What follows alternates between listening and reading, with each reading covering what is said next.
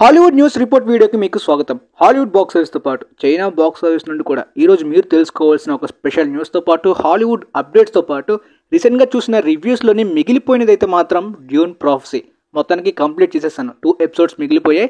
Episode 5th and 6th part చూసిన తర్వాత నాకు కనిపించింది ఏంటంటే, ఈ వెబ్ సిరీస్ వాటికి వచ్చిన చాలా మంది కనిపించింది ఏంటంటే, వీక్లీ ఎపిసోడ్స్ వల్ల స్టోరీని కొద్దిగా మర్చిపోవడం. లైక్ ప్రీవియస్ ఎపిసోడ్ లో ఏం చూసామో స్మాల్ రీక్యాప్ లాంటిది ఎపిసోడ్ కి ముందు వీడియోలో పెడితే అది ఇంకాస్త బెటర్ గా ఉంటుంది. అలా పెట్టకపోవడం డ్యూన్ ప్రాఫెసీలో అయితే మాత్రం చాలా మంది స్టోరీ డిస్ట్రాక్ట్ అవడం, దాంతో పాటు ఈ టైమ్లైన్ అనేది బాగా ఓల్డ్ ప్రీక్వెల్ కి వెళ్ళిపోవడం వలన ప్రెసెంట్ డ్యూన్ ఫిల్మ్స్ చూసిన వాళ్ళకి చాలా డౌట్స్ రైజ్ అయ్యేలాంటి అన్ఆన్సర్డ్ క్వశ్చన్స్ చాలా పెరిగిపోతాయి. దాంతో కంప్లీట్ క్లారిటీ లేకపోవడం వల్ల ఆ ఇంపాక్ట్ అయితే మాత్రం ఆన్లైన్ లో అంతగా రీసౌండ్ అవ్వట్లేదు. బట్ యాక్చువల్ గా కంప్లీట్ చేసిన తర్వాత చాలా surprises and twist and turns అనేవి ఫైనల్ ఎపిసోడ్స్ లోని సూపర్ కిక్ ఇచ్చాయనమాట. కానీ ఇదంతా కూడా బింజ్ వాచ్ చేస్తే ఇంకా బెటర్ కిక్ ఇస్తుంది. లేదంటే ప్రీవియస్లీ ఎపిసోడ్ కి ముందు జరిగింది రీక్యాప్ టైప్ లో ప్రతి వీడియోలో కూడా ఎపిసోడ్ లో కవర్ చేస్తున్నా కూడా ఇంకాస్త బెటర్ గా ఉండేది. అలా చేయకపోవడం స్మాల్ మిస్టేక్ అయింది. బట్ ఓవరాల్ గా డ్యూన్ ప్రాఫెసీలోని story, politics and thrilling surprises అయితే మాత్రం చాలా ఉన్నాయి.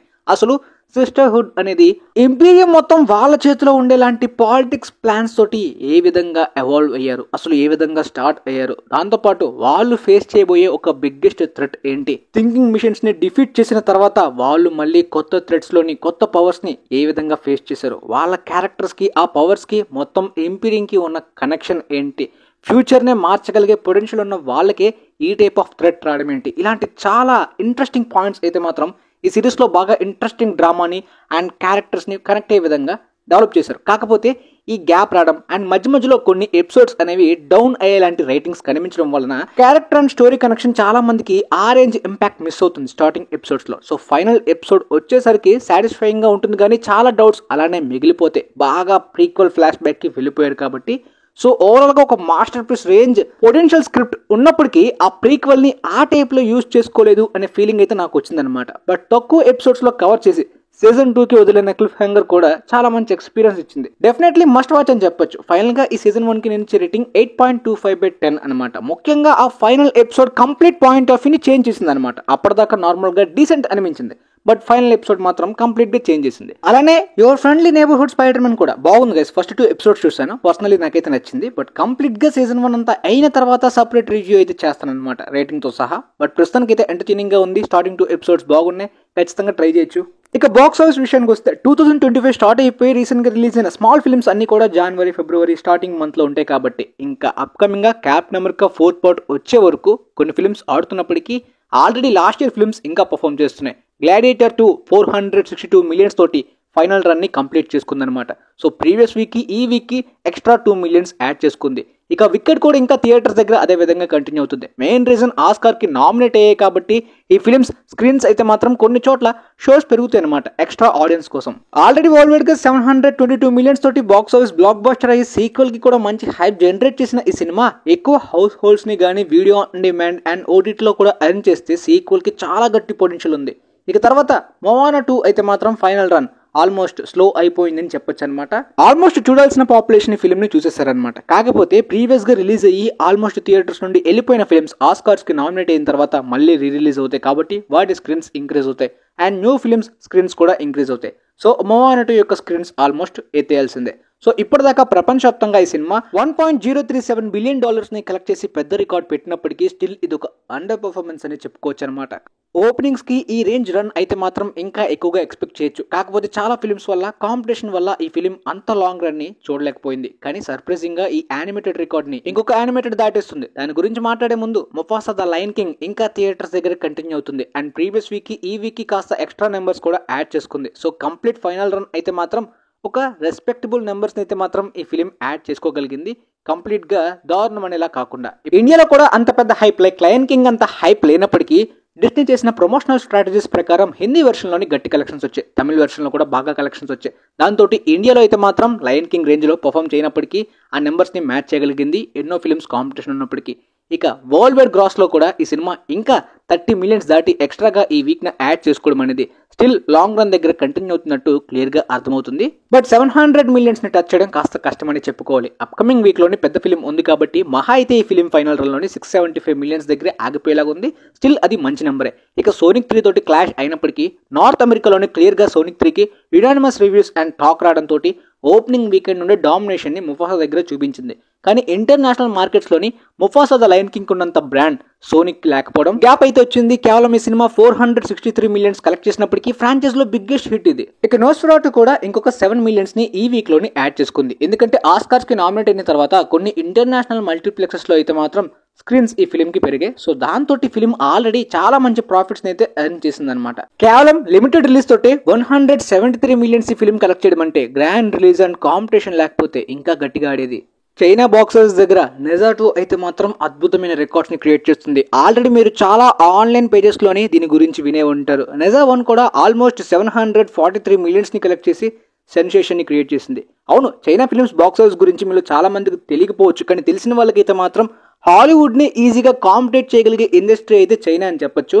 The Battle at Lake film almost 1 billion కొడుతుందని అనుకున్నప్పటికీ 900 మిలియన్స్ ని దాటి ఆగిపోయిందనమాట. తర్వాత చాలా ఫిల్మ్స్ 800, 700 ఈజీగా కొట్టేస్తుంటాయి. ఇంటర్నేషనల్ రిలీజ్ కూడా చైనా ఫిల్మ్స్ అక్కర్లేదు, ఓన్లీ డొమెస్టిక్ మార్కెట్ నుండి ఈ రేంజ్ రికార్డ్స్ ని కొట్టగలుగుతున్నాయి అనమాట. సమ్ టైమ్స్ సరైన సీక్వెల్ రాకపోవడం ప్రాబ్లం అవుతుంది. సరైన సీక్వెల్ వస్తే అన్ని రికార్డ్స్ స్మాష్. కాకపోతే sometimes China films openings heavy front loaded గా వస్తాయి అనమాట. అవును, ఈ నెజా 2 అయితే మాత్రం ఓపెనింగ్ వీకెండ్ మొవానా 2 కన్నా బిగ్గెస్ట్ రికార్డ్ ని పెట్టింది. అంటే ఫ్రోజన్ 2 కన్నా biggest record. So final run లోని ఫ్రోజన్ 2 ని దాటుతుందా అంటే ఆ రేంజ్ లాంగ్ రన్ ఈ చైనా ఫిల్మ్స్ ఉండదు, కానీ 1 బిలియన్ ఈజీగా కొట్టేలాగా ప్రెసెంట్ ఈ ఫిల్మ్ కనిపిస్తుంది. ఆల్మోస్ట్ 9 డేస్ కలుపుకుని 834 మిలియన్స్ ని సినిమా ఇప్పటిదాకా కలెక్ట్ చేసింది. సో ఫైనల్ రన్ లోని మొవానా 2 ని దాటడం ఈజీ టాస్కే. అండ్ యానిమేటెడ్ ఫిల్మ్ గా ఈ రికార్డ్స్ ని పెట్టడం మాత్రమే కాదు, చైనాలో చాలా లైవ్ యాక్షన్ ఫిల్మ్స్ కూడా గట్టి రికార్డ్స్ పెడతాయి అనమాట. పోతే చైనాలోని పాపులేషన్ ఎక్కువ బ్రో అని అనుకుంటే మన ఇండియా కన్నా తక్కువే కదా. పోనీ టికెట్ రేట్స్ ఎక్కువ బ్రో అనుకుంటే మన ఇండియన్ ఫిల్మ్స్ టికెట్ సేల్స్ కన్నా ఆల్రెడీ ఈ ఫిల్మ్ టికెట్ సేల్స్ ఎక్కువ. 10.8 crore టికెట్ సేల్స్ ఆల్రెడీ ఈ ఫిల్మ్ 9 డేస్ లోనే కలెక్ట్ చేసింది. ఫైనల్ రన్ లోని 15 crore, 16 crore ticket sales count ని కూడా దాటొచ్చని అంటున్నారు అనమాట. ఇండియన్ సినిమాలోని బిగ్గెస్ట్ రికార్డ్ అంటే షోలే 13 crore ఫుట్ ఫాల్స్. కానీ చైనాలోని all time biggest footfalls ఉంటాయి అనమాట. హాలీవుడ్ కి కూడా వరల్డ్ వైడ్ కాంపిటీషన్ ఓన్లీ వాళ్ళ కంట్రీలో మాత్రమే ఇచ్చేయగలరు. పోస్ట్ కోవిడ్ తర్వాత రీసెంట్ ఇండియన్ ఫిల్మ్స్ యొక్క అచీవ్మెంట్ లోని అన్ని టైప్ ఆఫ్ పాపులేషన్ ని టార్గెట్ చేసిన Pushpa 2 6 crore ticket sales count ని కలెక్ట్ చేయగలిగింది.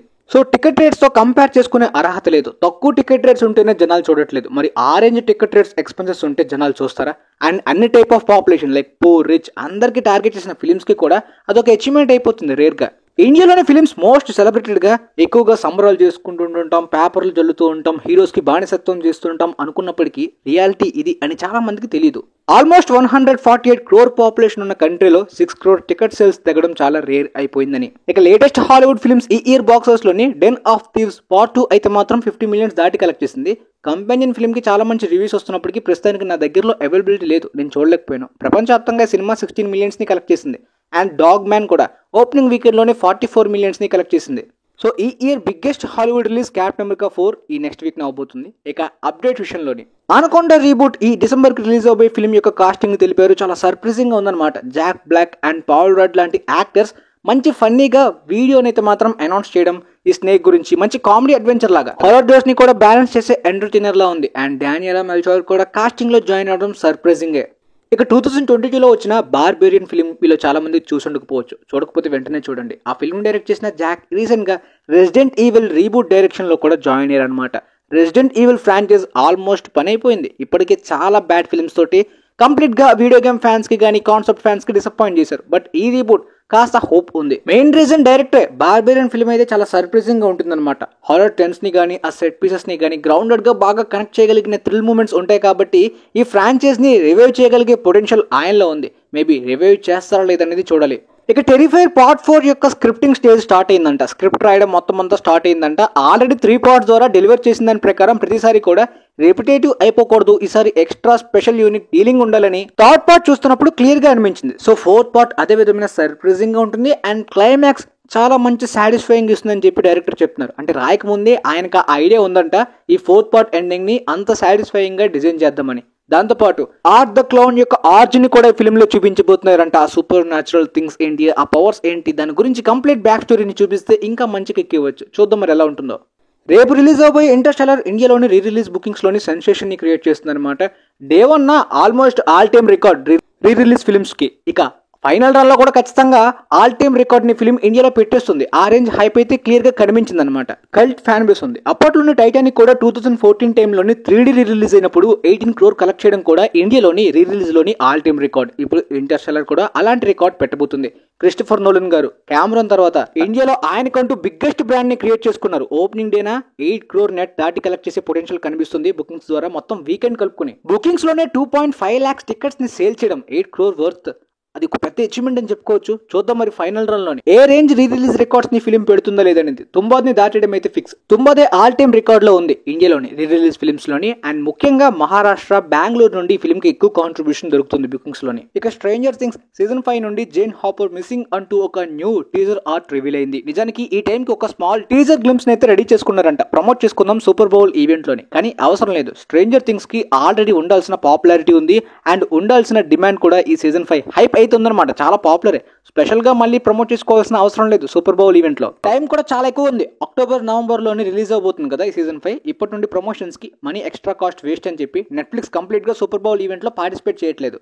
ఇక రీసెంట్ గా Chris Evans Captain America and Captain Hydra character లోని డూమ్స్ డే లోని తిరిగి రాబోతున్నట్టు న్యూస్ వైరల్ అయిన విషయం మనందరికీ తెలిసిందే. రీసెంట్ గా క్రిస్ ఎవెన్స్ గారికి ఈ న్యూస్ గురించి అడగగా ఆయనైతే మాత్రం ఈ రూమర్స్ అన్ని ఫేక్ అని కొట్టిపడేశారు. నేను డూమ్స్ డే లో ఎలాంటి ఎవిడెన్స్ కూడా ఇవ్వట్లేదు, కంప్లీట్ గా మార్వెల్ కి రిటైర్మెంట్ ని ప్రకటించేస్తున్నా అని చెప్పి అన్నారనమాట. సో చాలా మంది కన్ఫర్మ్ అనుకుంటున్నారు కానీ మాక్సిమం చాలా వరకు యాక్టర్స్ అయితే వాళ్ళ సర్ప్రైజింగ్ క్యామియోస్ ని రివీల్ చేయకూడదని చెప్పి ఇంటర్వ్యూస్ లోని అబద్ధాలు చెప్పడం అనేది కామన్. ఎందుకంటే ఇది వాళ్ళ కాంట్రాక్ట్ లో ఒక అగ్రిమెంట్ లాంటిదే. అబద్ధాలు చెప్పాలి, స్పాయిలర్స్ ని రివీల్ చేయకూడదు, అప్పుడే సర్ప్రైజ్ ఉంటుందని చెప్పి. సో అందువల్లనే ఆడుతున్నారని నేను అనుకుంటున్నాను. ఎందుకంటే డెడ్ పూల్ అండ్ వుల్వరిన్ లో కూడా ఆయన క్యామియో ఒక సర్ప్రైజింగ్ గా చాలా మంది కనిపించింది. సో డూమ్స్ డే లో కూడా అదే సర్ప్రైజ్ ని అలానే డెలివర్ చేయాలి. సో ఆయన క్యాప్టెన్ అమెరికాగా కనిపిస్తారా, క్యాప్టెన్ హైడ్రాగా కనిపిస్తారో తెలియదు కానీ సీక్రెట్ వార్స్ లోని చాలా వరకు ప్రీవియస్ యాక్టర్స్ మళ్ళీ రిటర్న్ అవుతారు. ఆ 2 ఎర్త్స్ కొలైడ్ అవడం, ఆ బిగ్గెస్ట్ మల్టీవర్సల్ ఈవెంట్ అనేది నెవర్ బిఫోర్ లాంటి మూమెంట్. రీసెంట్ గా యాక్టర్ బెనెడిక్ట్ కంబర్బ్యాచ్ గారు కూడా డాక్టర్ స్ట్రేంజ్ క్యారెక్టర్ అయితే డూమ్స్ డే లోని ఎపీర్ అవ్వట్లేదు, సర్ప్రైజింగ్ అనుకోకుండా లీక్ చేసేసా అని చెప్పి ఇంటర్వ్యూలో అదే ప్రెస్ కాన్ఫరెన్స్ దగ్గర అలా యాక్ట్ చేశారు, బిహేవ్ చేశారు. నిజానికి ఆయన మిస్లీడ్ చేయడానికి చెప్పి ఉండాలి, లేదంటే అనుకోకుండా స్పాయిలర్ ని రివీల్ చేసి ఉండాలి. అందువల్లనే తర్వాత మళ్ళీ ఇంకొకసారి అయితే మాత్రం లేదు, doctor strange character dooms day లో ఎపీర్ అవుతుంది, నేను మొన్న పొరపడి అనుకోకుండా చెప్పేశాను, ఇప్పుడు ప్లాన్ ప్రకారం మళ్ళీ నేను డూమ్స్ డే లో కనిపించబోతున్నానని చెప్పారనమాట. సో మేబీ ఇంతకు ముందు చెప్పింది స్పాయిలర్ కావచ్చు, దాన్ని కవర్ చేయడానికి రెండోసారి ఈ విధంగా చెప్పి ఉండాలి, లేదంటే మ్యానిపులేట్ చేయడానికి, ఆడియన్స్ ని మిస్లీడ్ చేయడానికైనా సరే ఈ విధంగా చెప్పి ఉండాలన్నమాట.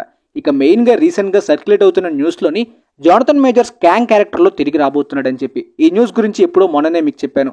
ఎప్పుడైతే తన ఎక్స్ గర్ల్ ఫ్రెండ్ అయితే మాత్రం కంప్లీట్ గా తన మీద ఉన్న కేసుని తీసేసిందో దాంతో జానథన్ మేజర్స్ మీద ఎలిగేషన్స్ అన్ని పోయాయి. కాబట్టి తను కంప్లీట్ గా ఫ్రీ. అయినప్పటికీ కోర్టులో తను ఓడిపోయాడు కాబట్టి డిస్నీ విషయంలోని ఆ ఎలిగేషన్ లో తను ఫెయిల్ అయినట్టే. తను కంప్లీట్ గా ఇన్నోసెంట్ అని ప్రూవ్ అవ్వలేదు. కానీ తిరిగి ఆయన్ని డిస్నీ మళ్ళీ ఎంసీలోని తీసుకునే అవకాశం అయితే ఖచ్చితంగా ఉందన్నమాట. కాకపోతే మెయిన్ క్యారెక్టర్ కి ఇప్పుడు తేలేరు. కంప్లీట్ గా డూమ్స్ డే తోటి ప్లాన్ అంతా జరిగిపోయింది కాబట్టి మళ్ళీ ప్లాన్ రీచేంజ్ అయితే అవ్వదు, కానీ క్యామియోగా పక్కగా యూజ్ చేసుకునే అవకాశం ఉంది. కౌన్సిల్ ఆఫ్ క్యాంగ్స్ యొక్క ప్లాన్ ఏ విధంగా డిస్ట్రాయ్ అయ్యింది, డూమ్ ఎలా ఇంటర్ఫియర్ అయ్యాడు, లైక్ డూమ్ వర్సెస్ క్యాంగ్ గా చూపించే అవకాశం కూడా ఉందన్నమాట.